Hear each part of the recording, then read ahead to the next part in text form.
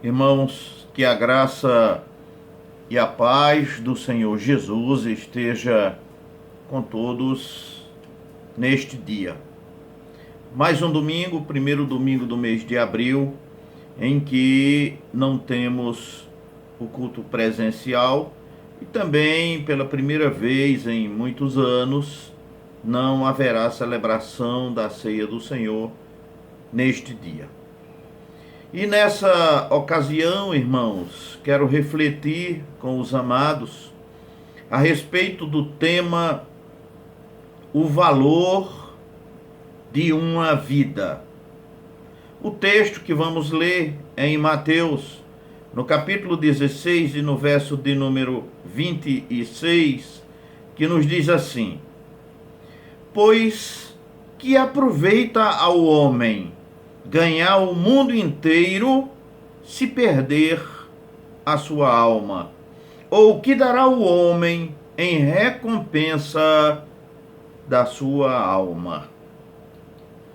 Irmãos, nós estamos num momento de grande crise.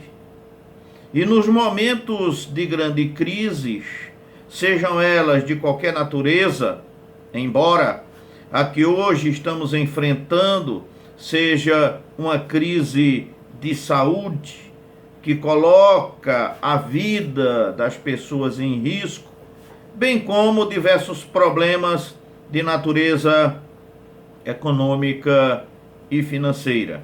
Nestes momentos, somos confrontados a tomar algumas decisões crucialmente importantes. Logo, precisamos de um critério de prioridades para, assim, optar por aquilo que tem maior importância e maior valor para nós.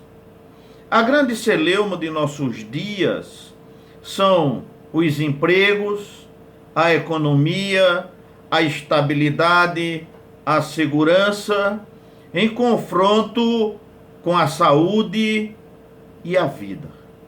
O que é mais importante?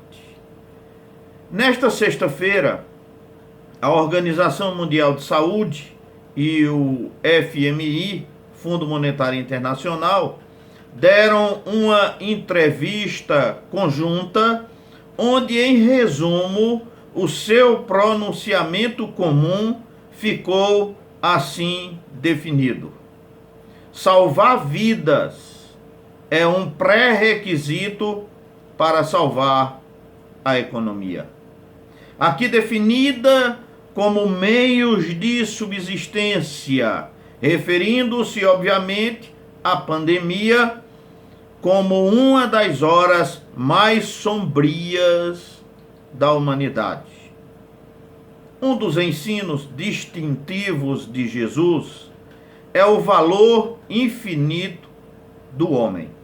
Na história da criação, especificamente nos relatos do Salmo 8 e do Salmo de número 16, e em várias outras partes do Velho Testamento, há muitas indicações do grande valor do homem. Mas foi o próprio Jesus quem esclareceu essa verdade em todas as suas ramificações. Alguns mestres, como por exemplo Aristóteles e outros, reconheceram o valor dos homens intelectuais e poderosos, mas pouco valor deram aos escravos, mulheres e crianças. Nem mesmo os profetas do Antigo Testamento compreenderam essa verdade como o fez o mestre da Galileia, Jesus Cristo, que estabeleceu em suas palavras quais devem ser os valores prioritários do homem, considerando o tema os bens e a vida, como faz também nesse texto. Pois bem, nesse texto, nas palavras de Jesus, nós podemos compreender muito bem que, em primeiro lugar, os bens são inferiores à vida. O maior e melhor de todos os ganhos materiais e financeiros são de pouco valor em comparação com o valor que tem a vida.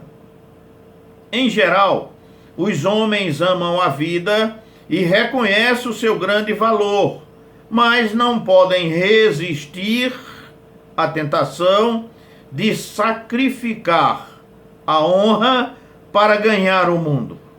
Entretanto, o texto nos fala, obviamente, da vida espiritual, da vida eterna, da vida reconciliada com Deus, que deve ter inclusive valor superior à nossa própria vida física, da qual cuidamos bem todos os dias. E por esse mesmo cuidado é que estamos vivendo esta quarentena, com o objetivo de preservar a vida e a saúde nossa e, obviamente, também de outros. O que você tem feito em favor da sua vida espiritual? O que você tem feito em favor da sua comunhão com Deus? É sobre esse cuidado que Jesus se refere nesse texto. Ou seja, se temos cuidado da vida presente, que é passageira, que importância devemos dar à vida espiritual, que é eterna e infinita? O segundo aspecto que nós podemos compreender aqui nas palavras de Jesus é que os bens são apenas um valor adesivo.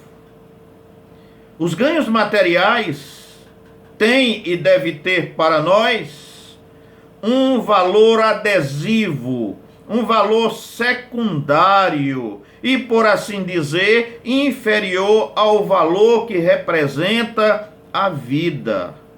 É nesta perspectiva que surgiu o jargão popular, que todos conhecem, e que diz assim: vão-se os anéis e fiquem os dedos.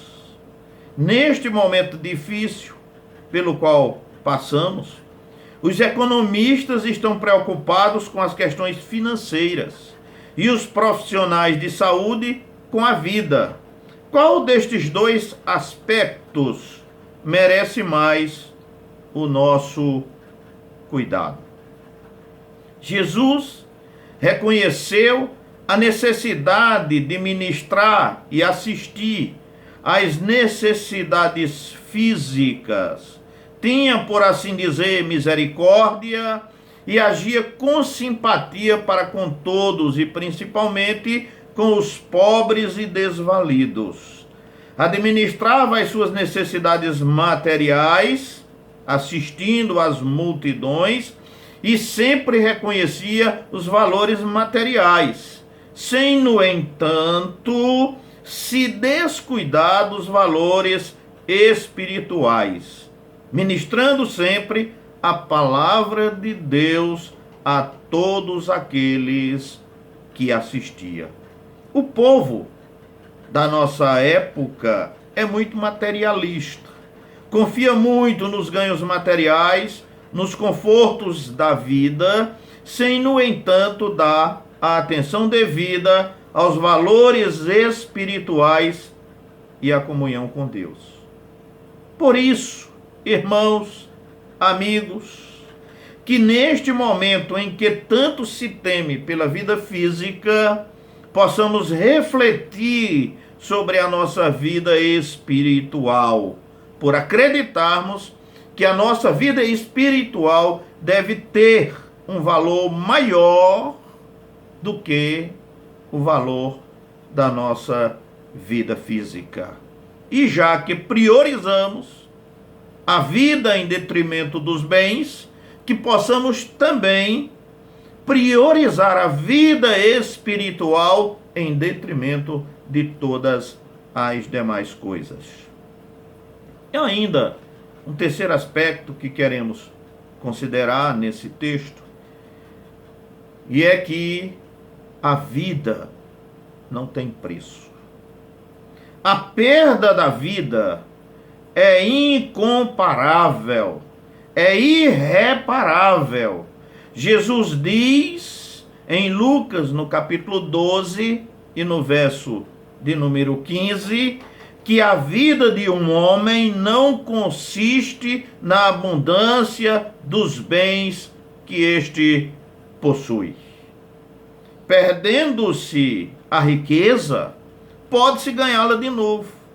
A riqueza, o poder, a fama constituem o mundo de que Jesus fala, mas a grandeza e a glória destas coisas todas, diz ele, são passageiras, duram um período de tempo muito pequeno. O próprio homem é a coroa da criação. O homem foi criado para que fizesse uso das coisas deste mundo. O que podemos dizer? Que o mundo foi criado para servi-lo. Ele, pela graça salvadora de Cristo, pode se tornar mestre do mundo. Há uma vida que é infinitamente superior à minha e à sua vida física neste mundo, já que ela é passageira e está sempre sendo colocada em risco, como os dias que estamos vivendo. Mas a vida espiritual, que segundo o Senhor Jesus, não terá fim, nem sofrimento, nem dor, nem risco, nem perigos de qualquer espécie.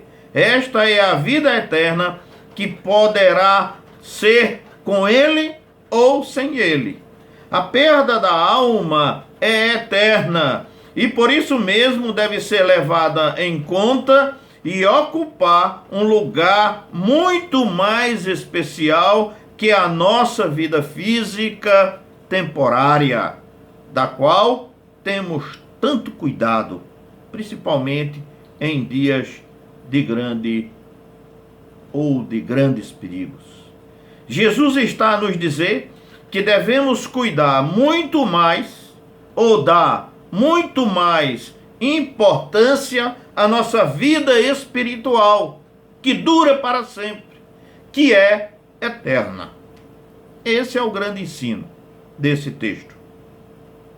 Para concluir, queremos dizer ainda que neste mundo materialista damos muito valor aos bens e riquezas, em detrimento das pessoas. Me lembro que o professor Otto Guanais Dourado, do Seminário Presbiteriano do Norte, lá em Recife, em 1982, já dizia: as pessoas foram feitas para serem amadas e as coisas para serem usadas.